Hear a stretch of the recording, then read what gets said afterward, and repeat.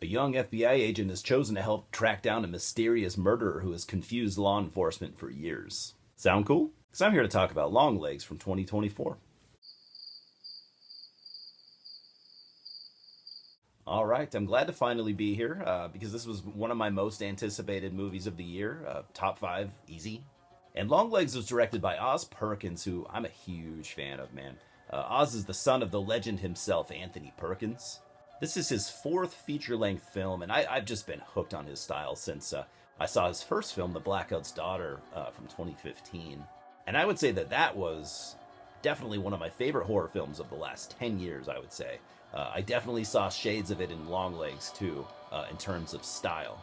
He followed that up with Gretel and Hansel in 2020. And I liked that a lot, too. It was cool to see, Oz put his style to some well-established, folklore. Just really, really cool movie. But Blackcoat's Daughter, man. Oh, so good. He also directed I Am the Pretty Thing That Lives in the House for Netflix back in 2016, but that one completely passed me by. I had never even heard of it until the other day when I was looking at his IMDb page. I'll definitely check it out at some point, despite the pretty negative reviews from what I saw. And as for the cast here, we've got Maika, Monroe, Nicolas Cage, Blair Underwood, and Alicia Witt. It's actually a really, really good cast, and the performances are really good. Better than I expected in certain places, even. Critics seem to be favoring this, which I'm really happy to see, because that hasn't so much been the case with the Oz Perkins' previous films. Kind of hit and miss, I guess you would say, as far as critical acclaim.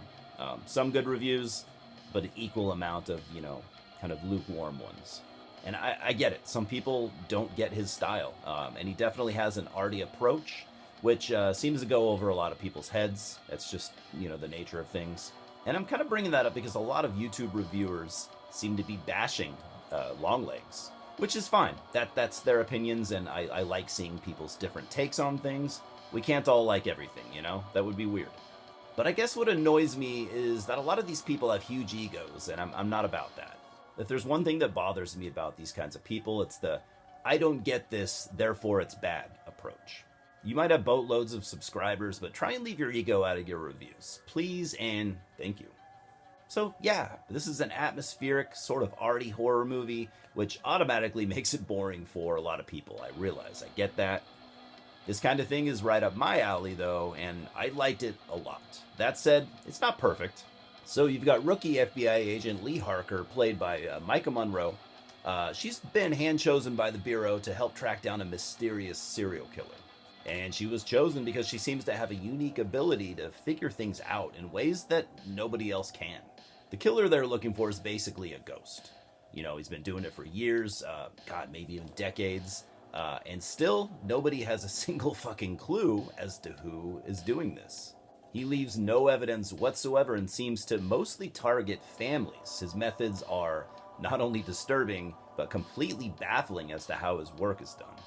The only thing the FBI knows about him is that he's a worshiper of Satan and always leaves letters handwritten with occult symbols, and he refers to himself as the Longlegs.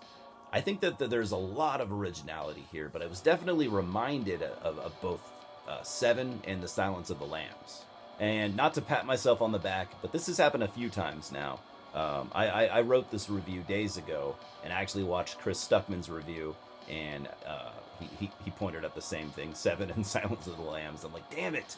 I had my review written before his video was out, and it's like, I'm always worried that I'm not on enough people's radars, but I'm always worried that I'll get criticized for stealing from other people's reviews. I would like to remind people that if it's a movie, not that I can prove this, but if it's a movie that I'm interested in seeing, I will not watch a single review. Not only until after I've seen the movie, but until after my review is completely written. That's just how I operate. But anyways, Stuckman got me again. Anyways, so I also get some Satanic Panic era vibes, which kind of makes sense since this movie is set in the 1990s. And I got similar vibes in The Blackcoat's Daughter, but I think it's maybe a little more prevalent here in ways. And speaking of Silence of the Lambs, I feel like Maika Monroe here was channeling her inner Jodie Foster. And that totally worked for me. I liked it. I thought it was charming. It's cool. Whether it was intentional or not, I don't know. and you're just constantly trying to figure her out. Something's very off about her. She just isn't like other people. She is like serious at all times. She isn't good at interacting with other people. You want to know why she is the way that she is. The first interaction you get with her and her mom, played by Alicia Witt, by the way, shows you that her mom is also very strange. And Blair Underwood plays Agent Carter, Lee's commanding officer. I remember him from some cop show I used to watch back in like the late 90s, and I always thought he was great. I actually don't think I've seen him since then, but I'm real happy to report that he's still awesome. He's full of charm like he always was, full of charisma, he's got a commanding presence, and he's also really funny. I mean, don't get me wrong, this is a dark, serious movie, but it does have a few like well-placed, funny moments, oddly enough. And this works because Oz Perkins' script is just so damn strong. And I gotta say, it was a risky move that could have done some damage had it not been written so damn well. Then, of course, I gotta go there. We have everyone's favorite secret weapon, Nick Cage. Okay, maybe not everyone's favorite, but definitely my favorite. Now, it's no secret that he's in this, but they didn't put him in the trailers or use him in the marketing, which I thought was really cool. You know, in an age where everything is spoon-fed to us, it's nice to see a little mystery now and then. And I know that people are going to have mixed opinions on his character, to say the least. I mean, people are already divided when it comes to him pretty much always. And I think that people are going to think his character here is either terrifying or over the top and hilarious. Not a lot of in between. Personally, I loved him here, although there was a scene or two where I thought that he could have been toned down a bit. There's specifically a scene where he does his kind of famous Cage rage scene where he's driving a car, and I'm like, okay, as a Nicolas Cage fan, I like this, but I think it's a little too over the top for most people. I would have maybe taken that scene out, but again, I liked it. I just don't think a lot of other people will. And I think that this character here is, in a way, kind of like a nice homage to villains like Buffalo Bill and John Doe. I was even reminded of the Grabber, from The Black Phone. He's a man completely shrouded in mystery, and the way that he carries himself is just unnerving. And at his core, he is the true embodiment of evil. I want to talk so much about him, but I also want to keep it somewhat vague. So, as I wrap this up, I like this movie a lot. It might be my favorite this year so far. I'd have to think about that for a little longer. It's definitely top 3, to say the least. Like I said, people seem to be kind of torn on this one, which is par for the course for an Oz Perkins film. I'm seeing a lot of people calling this slow and boring and overhyped, and I completely fucking disagree. It's an atmospheric slow burn, sure, but I was engaged the entire time, I'm telling you, and I actually wanted the movie to be longer. I think it was an hour and 40 minutes. I was really absorbed in this world, and the villain story arc was unique enough to both intrigue me and disturb me.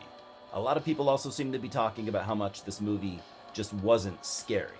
And, it isn't overly scary, but I thought that it was bathed in a tense, uncomfortable atmosphere, and I felt on edge almost the whole time. Not everything here works, but there are a few minor plot holes, but I'm fine with it.